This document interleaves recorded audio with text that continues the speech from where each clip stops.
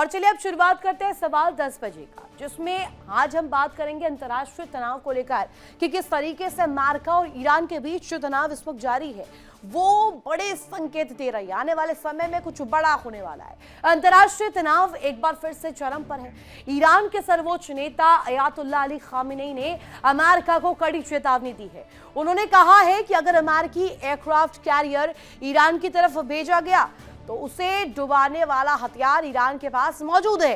Khamenei ने America की सैन्य ताकत को चुनौती देते हुए कहा कि कभी कभी दुनिया की सबसे मजबूत मिलिट्री भी ऐसी हमलों की स्थिति में फिर से उठ ना सके। और खामेनी का यह बयान अमेरिकी राष्ट्रपति डोनाल्ड ट्रंप के उस ऐलान के बाद सामने आया जिसमें उन्होंने कहा था कि दुनिया का सबसे बड़ा विमान वाहक पोत USS Gerald R Ford Caribbean से मध्य पूर्व भेजा जा रहा है। ट्रंप लगातार कह रहे हैं कि ईरान में सत्ता परिवर्तन सबसे अच्छी बात होगी, लेकिन इसके बीच तस्वीर कैसी है? ईरान और अमेरिका के बीच लगातार ये धमकियों का सिलसिला शुरू हो चुका है। और चलिए अब आपको डिटेल से बता देते हैं ईरान और अमेरिका टकराव किस तरीके से इस वक्त तेज है, क्या डिटेल्स इसको लेकर सामने आ रही है, चलिए सिलसिलेवार तरीके से आपको बता देते हैं। ईरान अमेरिका टकराव को लेकर जो तस्वीर है, खामेनी ने अमेरिका को धमकी दी है, सीधे तौर पर एयरक्राफ्ट कैरियर डुबाने वाले हथियार का दावा किया है। कहा है कि अमेरिका इस तरीके की कोशिश भी ना करे, अगर कोशिश भी करेंगे तो उनके जो एयरक्राफ्ट कैरियर है उन्हें भी समंदर के भीतर डुबा दिया जाएगा। ट्रंप का ऐलान है, सीधे सीधे यूएसएस जेराल्ड आर फोर्ट मध्य पूर्व रवाना हो चुका है। यानी कि सीधे तौर पर तस्वीर जो यहाँ पर पेश की जा रही है वो ये कि यहां अमेरिका चारों तरफ से घेराबंदी कर रहा है ईरान की। परमाणु कार्यक्रम पर बढ़ा तनाव, यानी कि जो न्यूक्लियर प्रोग्राम ईरान का है उस पर सीधे तौर पर बड़ा क्वेश्चन मार्क लगता हुआ नजर आ रहा है, बड़ा खतरा उस पर मंडरा रहा है। अब आप देखिए, जेनेवा में वार्ता हुई थी, लेकिन वो वार्ता भी बेनतीजा रही थी। बयानबाजी इसके बाद तेज जरूर हुई, धमकियां जरूर दी गई, लेकिन इसके बावजूद जो स्थिति है वो सुधरी नहीं, बातचीत के रास्ते से नहीं हल हुई। डील नहीं की तो नतीजे भुगतने होंगे। ट्रंप की ईरान को सीधे चेतावनी है। ट्रंप कह रहे हैं अगर डील पर आपने भरोसा नहीं जताया, डील पर आपने सहमति नहीं जताई तो आपको इसके रेपरकशंस झेलने पड़ेंगे। आने वाले समय में इसका रिजल्ट जो है आपको झेलना पड़ेगा। ईरान को समझदारी से काम लेना चाहिए, समझदारी से ईरान काम ले, वरना उसके लिए घातक ही साबित होगा। न्यूक्लियर हथियार के खतरे का जिक्र भी सीधे तौर पर किया है। कहा है कि अमेरिका के पास इस तरीके से हथियार है जो कि ईरान पर भारी पड़ सकते हैं, वो जंगी बेड़ा कभी भी खोल सकता है अमेरिका। और हालिया सैन्य कार्रवाई की ओर इशारा भी दिया है। सीधे तौर पर वेनेजुएला की स्थिति आप याद कीजिए, उस स्थिति को एक दफा फिर से यहां पर दोबारा याद करते हुए ईरान को धमकाया है।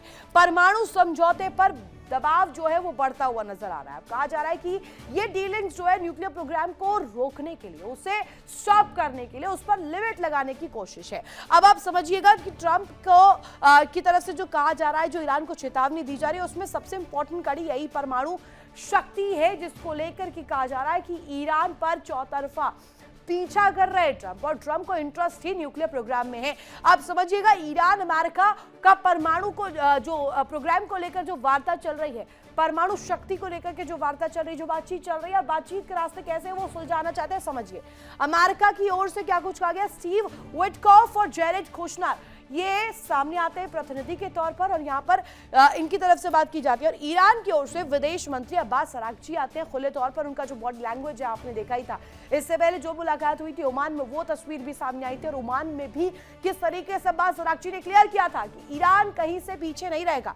ईरान का दावा क्या है, परमाणु कार्यक्रम शांतिपूर्ण है। ईरान कह रहा है कि हम अपना जो न्यूक्लियर प्रोग्राम है वो शांतिपूर्ण ढंग से करें, किसी को इससे कोई प्रॉब्लम नहीं हो रही है।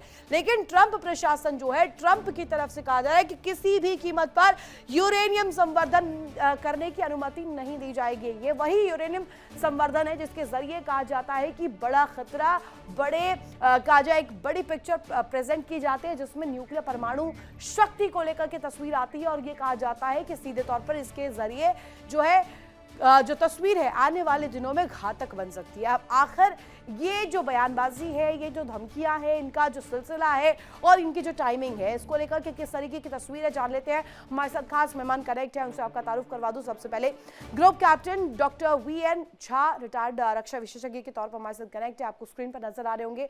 और साथ ही साथ group captain UK Devnath sir, retired रक्षा विशेषज्ञ के तौर पर हमारे साथ कनेक्ट है। और डॉक्टर राम श्रीवास्तव, विदेश मामलों के जानकार, हमारे साथ कनेक्ट हो चुके हैं। सभी का मैं स्वागत करना चाहूंगी। गुड मॉर्निंग सभी को। और पहला सवाल मेरा झा सर आप ही से रहेगा।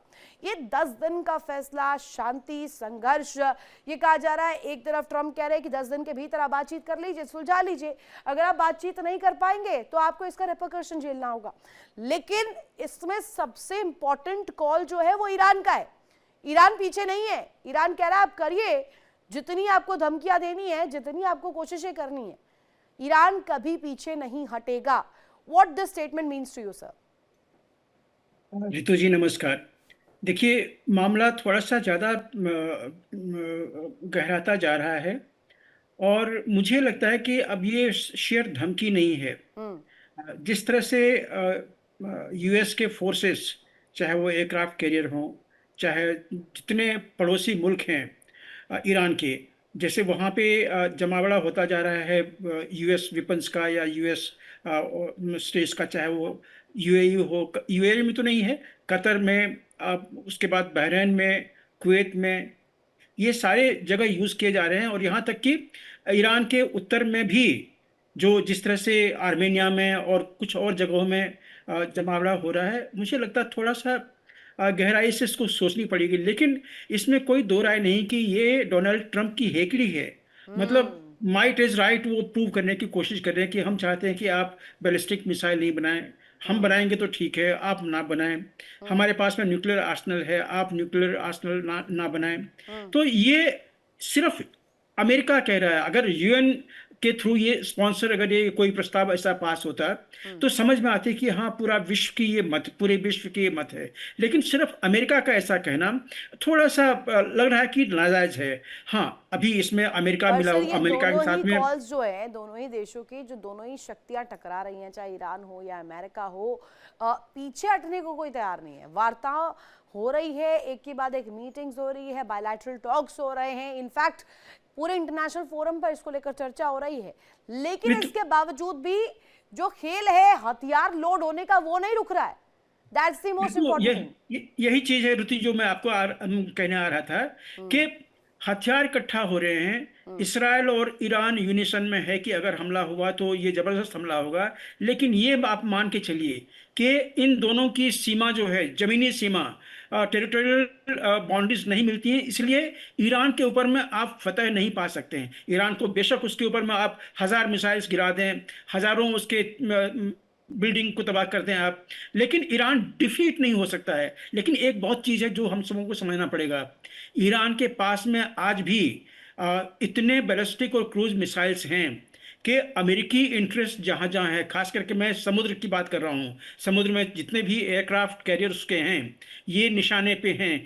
किसी भी एयरक्राफ्ट कैरियर के ऊपर में अगर 15 मिसाइल एक साथ में दागा जाए तो उस एयरक्राफ्ट कैरियर को जो बचाने वाले जो उसके जो डिस्ट्रॉयर्स हैं वो उसको हैंडल नहीं कर पाएंगे। ठीक उसी तरह से जैसे कि इसराइल में आयरन डोम था, आयरन क्लैड था, बाकी सारी चीजें थी, लेकिन जब इतने सारे मिसाइल एक साथ आ गए तो वो उसको हैंडल नहीं कर पाया। ये चीज अमेरिका को ध्यान में रखना पड़ेगा, क्योंकि अगर एक भी उनका एयरक्राफ्ट कैरियर 1 या 2 मिसाइल से क्षतिग्रस्त हो गया तो वो उसको बहुत नुकसान उठाना पड़ेगा। तो इसलिए ईरान, अमेरिका भी थोड़ा सा फूक फूक के कदम रख रहा है। अमेरिका भी जानता है कि एक कहावत है, मरता क्या ना करता। तो ईरान के पास में जितने भी ट्रंप की जो तस्वीर आती है, ट्रंप जब भी बोलते हैं, जब भी मुंह खोलते हैं, इसी तरीके की धमकी देते हैं। अब धमकी के देने का सिलसिला एक होता है कि आप सीधे धमका दीजिए किसी देश को, लेकिन वो तो एग्जाम्पल्स पे एग्जाम्पल देते हैं। राम श्रीवास्तव सर हमारे साथ कनेक्ट है, विदेश मामलों की जानकार है। यूके देवनाथ सर, मैं आ रही हूँ आपके पास भी। राम श्रीवास्तव सर, ये मुझे बताइएगा, समझाइएगा जरा, ये जो टैक्टिक्स है अमेरिका की, डोनाल्ड ट्रंप की, वो सोचते हैं कि अगर सीधे तौर पर नहीं हासिल हो रही है चीजें, और जो कि हम देख भी रहे हैं, इतने दिनों से ईरान ने नाक पे दम कर रखा है डोनाल्ड ट्रंप के, कोई और देश होता तो अभी तक शायद हश्र तक पहुंचा चुके होते डोनाल्ड ट्रंप, जैसे वेनेजुएला में हुआ। लेकिन ईरान ने अभी तक दांतों तले चने चबवाए हैं। अब ये समझिए सीधे तौर पर ट्रंप कुछ कर भी नहीं पा रहे हैं और खुद को रोक भी नहीं पा रहे हैं। ईरान के न्यूक्लियर प्रोग्राम को बैंग करने की कोशिश। अब इस कड़ी में एग्जाम्पल देना कि हमने वेनेजुएला में क्या किया, आप देख लीजिए, और आपको रेपरकशंस वैसे झेलने पड़ेंगे, बातचीत से मसला सुलझा लीजिए। ये क्या दिखाता है? ट्रंप की बौखलाहट? ये ट्रंप की बौखलाहट ही नहीं है, बल्कि उनका जो है एक डिप्लोमेटिक, जिसको कहते हैं साइकोलॉजिकल, जो इम्पैक्ट वो चाहते थे वो नहीं है। उन्होंने नाकेबंदी कर रखी इतने साल से, इसके बाद भी ईरान किसी तरह से नहीं झुका। अब रहा सवाल ये, उन्होंने ये तो बहाना मात्र लिया है कि यूरेनियम एनरिचमेंट आप नहीं करेंगे, मिसाइल्स का प्रोग्राम ठप कर देंगे। क्यों कर देंगे? वो अपने देश की रक्षा के लिए हर एक को अपना अधिकार है। तो रहा सवाल ये, ईरान ने जो एक बात कही है वो ज्यादा इम्पोर्टेंट है। वो ये कहा है कि अगर अमेरिका ने उन पर हमला किया तो अमेरिकन अड्डे जितने भी अरबिक कंट्रीज में हैं उन पर वो सीधा अटैक करेंगे, उसको युद्ध माना जाएगा। और उसमें आ जाते हैं कौन? कतर आ जाता है, बहरीन आ जाता है, और ये जितने भी देश हैं छोटे छोटे, ये सब इस बात में अमेरिका को प्रेशराइज कर रहे हैं कि आप युद्ध ना करें। क्यों? कि उनकी प्रगति इतनी ज्यादा हो चुकी है, अगर युद्ध हुआ तो वहां इंफ्रास्ट्रक्चर इतना नष्ट हो जाएगा कि अगले 50 साल पीछे चले जाएंगे वो लोग। तो पूरा प्रेशर उनके ऊपर है, इसको टालम टोल करते जा रहे हैं, बढ़ाते जा रहे हैं। पहले जो है उन्होंने 30 दिन की वार्निंग दी थी, अब 10 दिन की वार्निंग दी थी। 10 दिन पर आप आ जाइए घुटने पर, हमारी शर्तें मान लीजिए। लेकिन ईरान नहीं मानने वाला है, क्योंकि खोमेनी जो है बहुत जिद्दी आदमी है। अब रहा सवाल ये, इजराइल की अगर मोसाद कुछ काम करे और किसी तरह से खोमेनी को मार डाले या उनको अब मिडिल ऑफ द पॉइंट अगर आप सर बात करें, यूरेनियम संवर्धन को लेकर बात हो रही है और न्यूक्लियर प्रोग्राम को लेकर बात हो रही है, तो ये तमाम चीजें, क्या आपको लगता है कि यही पूरी 100% यही कारण है या कुछ और भी रीजन हो सकता है अमेरिका के इंटरेस्ट को लेकर ईरान के लिए? वही बहाना है जो सद्दाम हुसैन के लिए कहा था कि वेपन्स ऑफ मास डिस्ट्रक्शन है। हकीकत में तेल पर निगाह है यूरोपियन कंट्रीज की, क्योंकि वो जानते हैं 2075 तक ये पूरा का पूरा तेल दुनिया का खत्म हो जाएगा। तब अमेरिका को पहली शक्ति बने रहने के लिए आवश्यक है। जिस तरह उन्होंने इराक को हड़प लिया, उन्होंने जो है लीबिया को हड़प लिया, और उसी तरह से ये खोमेनी को अलग हटा देंगे तो ईरान के तेल के तो क्या आप ये माने राम श्रीवास्तव सर कि ग्रीनलैंड वाला प्लान जो है वो ड्रॉप करते हुए अब सीधे ईरान पर ही उनका फोकस है? नहीं, ईरान पर उन्होंने हंगामा खड़ा कर दिया, उसकी आड़ में ग्रीनलैंड को ले लेंगे। ग्रीनलैंड में जो है किसी की कंधे पर बंदूक रख करके निशाना कहीं और लगाना चाहते हैं। That's what you are saying. Correct. केवल ग्रीनलैंड नहीं, अभी तो नाइजीरिया भी उनके आगे है और साउथ अफ्रीका भी उनकी नजर में है। नाइजीरिया में उन्होंने आरोप लगाया है कि यहाँ क्रिश्चियन सुरक्षित नहीं है। अरे भाई, क्रिश्चियन सुरक्षित नहीं है तो अगर आपको मानवता की इतनी पहल थी तो बांग्लादेश में जो हिंदुओं का कत्लेआम हुआ है उस पर आपने क्यों अपनी प्रतिक्रिया नहीं दी? उसको तो आप पुचकारने चले गए। तो ये तो एक क्लियर कट बहाना है। यूरेनियम एनरिचमेंट जो उन्होंने किया था, अगर वो नष्ट नहीं हुआ होगा तो उसको बच्चे खुचे को इनको कैसे सरेंडर कर देंगे, उनके इक्विपमेंट कैसे खत्म कर देंगे? ये कोई बहाना नहीं है, ये तो एक सिर्फ उन्होंने यू मान के, पर ये तो मीटिंग भी ऐसे ही करते हैं सर, मीटिंग भी करेंगे उसके बाद फिर से एक धमकी दे देते हैं। यूके देवनाथ सर जरा इस पर आप फोकस करिएगा। ओमान की मीटिंग हम देखते हैं, जेनेवा को लेकर तस्वीर आती है, उसके बाद फिर धमकी दी जाती है। अब हम देख रहे हैं घेराबंदी भी कर दी है ईरान की, अलग अलग जगह पर अलग अलग कैरियर्स लगा दिए हैं और धमकी का सिलसिला इस हद तक उतर चुका है कि अब एग्जाम्पल दे रहे हैं कि अब वेनेजुएला की स्थिति ना उत्पन्न होने पाए ईरान में। लेकिन क्या आपको लगता है कि ईरान और स्पेशली आयतुल्ला अली खामेनी इस धमकी को या इस वार्निंग को सीधे सीधे एक्सेप्ट करेंगे या इस पर रिटेलिएट करेंगे? रितु जी, दो चीजें बहुत इंपॉर्टेंट है मिलिट्री पर्सपेक्टिव से जी। एक, ईरान पहले हमला नहीं करेगा और दूसरा यह है कि ईरान पूरी डिफेंसिव तैयारी करेगा। ओके। और डिफेंसिव तैयारी में थोड़ा सा ऑफेंसिव एलिमेंट होगा। ईरान की जो इरानियन रेवोल्यूशनरी गार्ड है उसका 80% ध्यान अभी इस तरफ है कि अगर अमेरिका और इजराइल हमला करते हैं तो ईरान को किस तरह से अमेरिकन और इजरायली हथियारों से बचाया जाए। हाँ, थोड़ा सा हिस्सा, करीबन आईआरजी की प्रिपरेशंस जितनी हो रही हैं उसका करीबन 10% हिस्सा ही इस तरफ जा रहा है कि ईरान किस तरह से छोटा सा लिमिटेड हमला करेगा। लिमिटेड हमला 2000 किलोमीटर की जो मिसाइलें हैं उनको दागेगा इजराइल की तरफ, और लिमिटेड हमला जो ईरान करेगा उसमें ईरान के पास जो 500 किलोमीटर की मिसाइलें हैं उनको दागेगा Iraq, Kuwait, Saudi, Abu Dhabi, Oman में जो यूएस बेसेस हैं। अभी जो यूएसए का जो एयरक्राफ्ट कैरियर है अब्राहम लिंकन, जो कि डिप्लॉय हो चुका है उत्तरी अरब सागर में, वो अभी भी 2000 किलोमीटर से ज्यादा दूरी पर रखा गया है। ये समझने वाली बात है, क्योंकि अमेरिका को मालूम है कि ऐसा ना हो कि ईरान, जैसा अभी बात कर रहे थे कि ईरान कुछ मिसाइलें दाग दे अब्राहम लिंकन की तरफ, तो इसलिए फिलहाल अब्राहम लिंकन को ईरान से 2000 किलोमीटर दूर रखा हुआ है अरब सागर में, ईरानी मिसाइलों के जद्दोजहद से बाहर। क्या आयतुल्लाह खुमैनी डर गए हैं? देखिए, डरने वाली बात नहीं है। बात यह है कि आकलन ये है कि आयतुल्लाह खुमैनी तक अमेरिका पहुंच नहीं सकता। दो ही तरीके हैं, या तो कमांडो अटैक कर दें जैसे वेनेजुएला में किया था डेल्टा फोर्स ने, नहीं कर सकते हैं। तेहरान जो है 700 किलोमीटर दूर है कुवैत से या अबू धाबी से। एक दफा इस सवाल को जरा सुन लीजिएगा। अमेरिका की सैन्य तैयारियों को लेकर मैंने जब डिटेल निकाली, उसको लेकर के क्या पिक्चर आती है, मैं सबसे पहले जरा ये बताना चाहूंगी।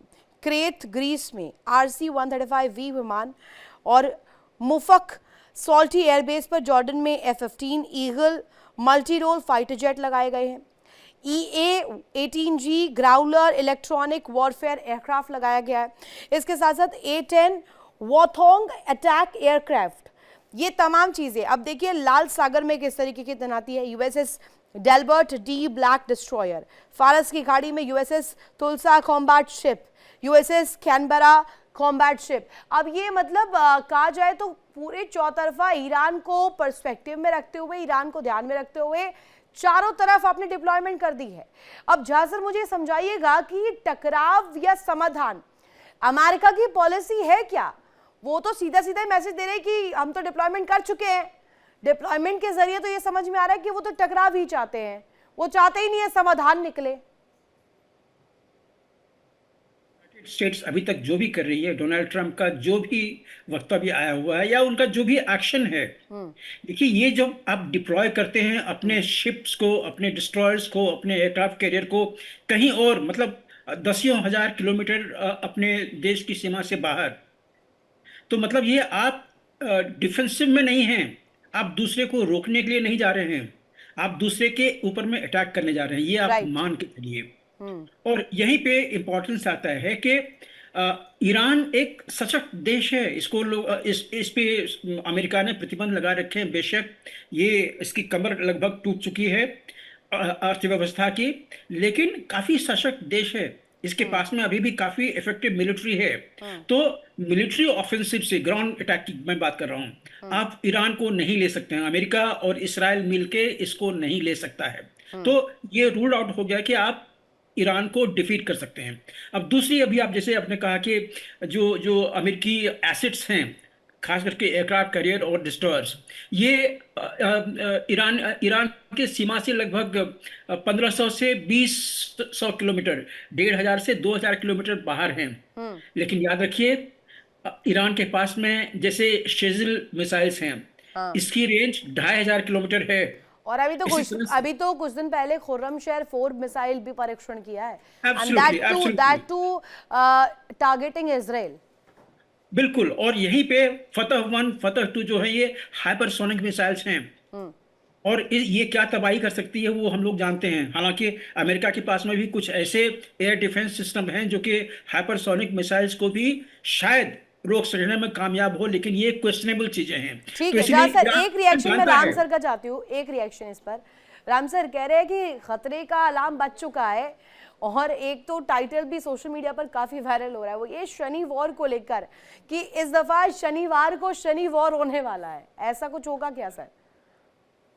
हाँ, ये तो खैर एक मनगढ़ंत बात है, हाँ। क्योंकि हमको ये चीज नहीं भूलना चाहिए कि ईरान की ताकत के पीछे जो लॉजिस्टिक है, जो सैटेलाइट का सपोर्ट है, वारफेयर में आजकल वारफेयर वो कुश्ती वाला नहीं है, तलवार या बंदूक की गोली वाला नहीं है। आज की तारीख में तो इलेक्ट्रॉनिक वारफेयर ज्यादा इंपॉर्टेंट है, और उसमें जितना भी लॉजिस्टिक है चाइना का और रशिया का मौजूद है। निश्चित रूप से जितने भी टारगेट पर मिसाइलें ईरान ने फोकस की हैं, उसके लिए उन्होंने रशिया से मदद ली होगी। तो इनडायरेक्टली अगर देखा जाए, ये जानकारी जब हम लोगों के पास है तो निश्चित रूप से ट्रंप के पास भी होगी। यही उनकी हिचक का सबसे बड़ा सरप्राइजिंग सर कि हम लोग देखते तो है एक थर्ड पर्सपेक्टिव से, हमें पता चलता है कि 10 दिन के अंदर, बस 22 दिन के अंदर अब ये परमाणु डील पर जाकर फिर एक जगह एक मीटिंग पे बात अटक जाती है और फिर चीज़ें पोस्टपोन हो जाती है। अब देखना होगा कि ये जो स्थिति बन रही है ये उसी पिक्चर को डिपिक्ट करती है या नहीं। बहुत शुक्रिया आप सभी को जुड़ने के लिए और कीमती वक्त अपना देने के लिए। मेरे पास समय इतना ही था।